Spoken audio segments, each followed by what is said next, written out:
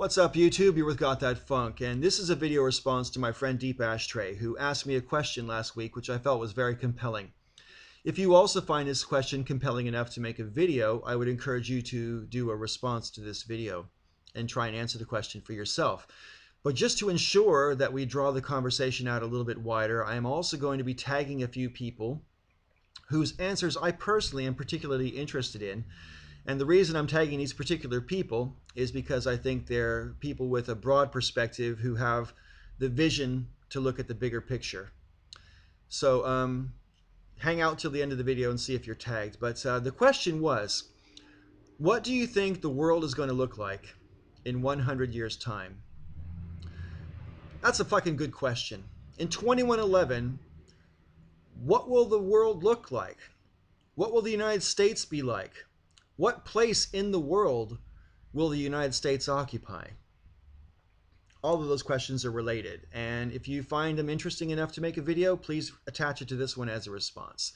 Now, Deep Ashtray, you asked me what I think, and like yourself, mate, I am a child of the Cold War. And whether or not it's rational, I can't say, but I have never been able to shake my fear that there's going to be an exchange of nuclear weapons between nation states at some point during my lifetime. Now, the question, what will the world be like in 2111, utterly depends on the answer to that question. Will there be a nuclear conflict in the next 100 years? And if so, what is the nature and magnitude of that conflict? For example, nuclear proliferation being what it is, more and more countries get nuclear weapons every decade, or so it seems. That being so, it seems fair to assume that the more countries that have nuclear weapons, the more likely it is that sooner or later some maniac will think it's okay to use them. But just for the sake of argument, let's just keep the hands of the United States clean on this subject and say that America is not going to be involved in the nuclear war. Let's just, for the sake of supposition, say that there's a nuclear exchange between India and Pakistan. There's historical enmity between the two countries, and they are both nuclear-armed countries. So I don't think it's much of a stretch to hypothetically ponder this question. If both nations lobbed about 25 missiles at the other, humanity might not go extinct right away, but humanity might not be able to successfully face the challenges the consequences of that nuclear war would throw up. For example, an exchange of 50 missiles, 25 in each direction, would put a significant amount of radioactive particles into the atmosphere, which, because all the air in the world is attached to all the other air in the world, is going to irradiate the entire planet. The whole food chain, everything from plankton right on up, is going to become radioactive. And for those of you who are too young to have learned very much about radioactivity, I hope I don't insult your intelligence when I say this, but radioactivity in sufficient quantities causes significant problems. It can cause birth defects, mutations, it can cause a variety of different kinds of cancers, and generally speaking, make people very, very sick.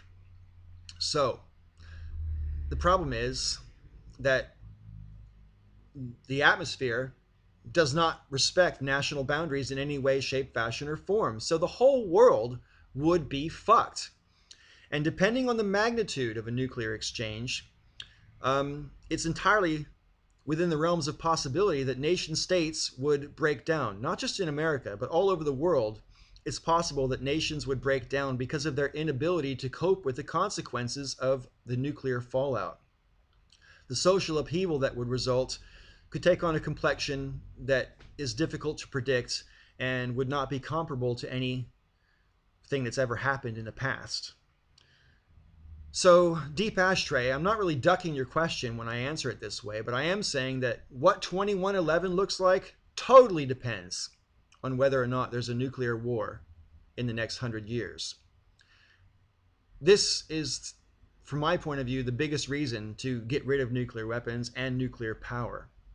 But that is a subject for a different video. Suffice to say that let's just say, for the sake of argument, there's not a nuclear war. What do I think the world will look like in 2111? Well, 100 years is a mighty long time. And when you look back over the past 100 years and look at the arc of change, you can see that the closer you get to the present moment, the more rapid changes occur, both socially, politically, and technologically. Things change awfully fast nowadays. So in 100 years, it's conceivable that things could get progressively better and then get progressively worse and then get better again. Or vice versa. Things could get worse for a while, then get better, then get worse again. Or things could get progressively worse for the entire time.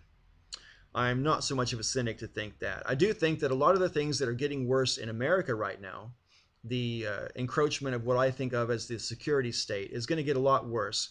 I foresee a time in the next decade or two where American citizens are tagged underneath the skin at birth. And I think that, unfortunately, the security industry being what it is, I do think that civil liberties are going to be curtailed for the foreseeable future. And I think we're going to reach a crunch point sometime in the 20s or possibly in the 30s this century, where the citizens rise up and throw off those chains. Whether or not that results in a civil war against the government is anybody's question.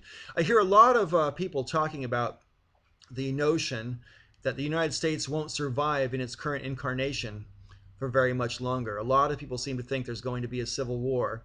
But whether the civil war is citizens versus the government or citizens versus other citizens is an open question. Because there is the potential for citizens to fight a social revolution with arms. We are reaching a point already where there's a significant minority of Americans who would like to turn the United States into some sort of Christian version of Sharia law, which I'm not down for. And I don't think those factions will ever win the day. But they could potentially break the country up into a group of, a confederation rather than a federal state. I personally don't think that will happen, but I see the potential for it. I do think that if we manage to avoid a nuclear war, there is still going to be, in the next 100 years, some kind of conflict which later on gets called World War III, whether or not there's a nuclear dimension to that war. And as with the last World War, if there is a World War III, nuclear or not, everything that happens for the next several decades after World War III will be dependent on the nature of the war. That's just, how it is. So, unfortunately, because war is one of the most common themes in human history, I don't think that the next 100 years looks very good. I think we're going to have a lot of resource wars, not just for petroleum resources, but also for water. I'm also a believer in climate change, and I think that the levels of the oceans are destined to rise over the next 100 years, which will cause massive shifts in population and depletions of population in certain areas where the governments aren't really in a position financially to help the people flee, and they're going to end up losing a lot of people. A huge percentage of humanity lives near the water, and climate change and rising oceans will affect everybody. And again, they might overwhelm any nation's ability to cope with the consequences. So we need to be planning for these things. We need to be planning against these things and taking steps to avoid these things. Nuclear weapons need to be brought to an end. The catalysts which cause climate change need to be dealt with urgently. And if we don't do that, I think 2111 looks pretty bleak. I would love to be wrong about it. I would love to think that my grandchildren and great-grandchildren will live in a world where they can prosper, where their rights are respected, and where they're not radioactive. I have to say that although I have this hope, it's not really a very optimistic one. And I don't like that. I would like to be more optimistic about the future than I am. Okay, that's my answer, Deep Ashtray. I hope it was sufficient for you. Anybody who feels this question compelling can answer it with a video response, but I would like to tag the following people because I really am interested in your particular take on this question. I'm going to tag Go Green 18. I think, Lacey, I love the way your mind works. I love that you have the vision to look at the big picture. I know you don't typically do tag videos, but I think it's important to get someone from your sort of generation to answer this question. I'm also going to tag the other side 100. Dan's a great thinker, and I'm just very interested to see what he's got to say on this one. Same with Angry Islander 56. She's a Canadian who is extremely candid, and I would be very interested to see what you've got to say on it. I'm also going to tag Laura Lila, the Aist, and I'm going to stick my neck out on the block here and tag my friend Phil Helines.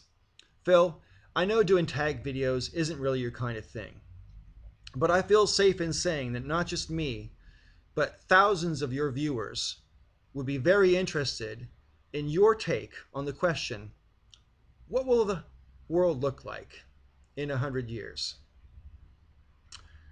If you don't do it, these questions, guys, no harm, no foul, but I look forward to any and all responses. Until next time, thank you for watching this video, and may all your ups and downs be ups.